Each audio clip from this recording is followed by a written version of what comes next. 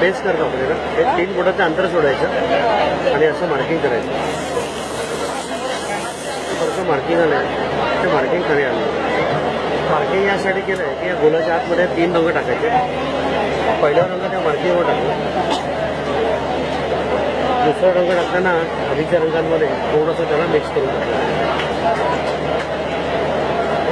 तिसरा रंग हा मध्ये पूर्ण भरून टाकला. हा झाला बेस. बेस केल्यानंतर मी सेंटर पॉईंट काढला. तर सेंटर आणि डिझाईनचा सेंटर आपण एकमेकांना फक्त मॅच केलं. आता जाळीवरती पांढरा पिवळा आणि पोपटी हे रंग फिक्स आहे. डिझाईन कोणताही असलं तरी लाईट कलर असल्यामुळे हे बेसला वापरायचे नाही. सुरुवातीला हिरवा रंग मी बाहेर फिरवला. त्याच्याखाली पिवळा रंग आधीच्या रंगांमध्ये थोडंसं ओव्हरलॅप करून फिरवलं. तसंच पांढरा पण पिवळ्यामध्ये ओव्हरलॅप करून फिरवला. आता शेवटी पिवळा रंग पांढऱ्यात मिक्स करायचा आणि डिझाईन हळूहळू हे पूर्ण करायचं. ठीक आहे. आता जे रंग आपण खाली टाकले होते ना त्या रंगांवरती सगळं डिझाईन हे तयार. ही पूर्ण प्रोसेस यात दिलेली आहे.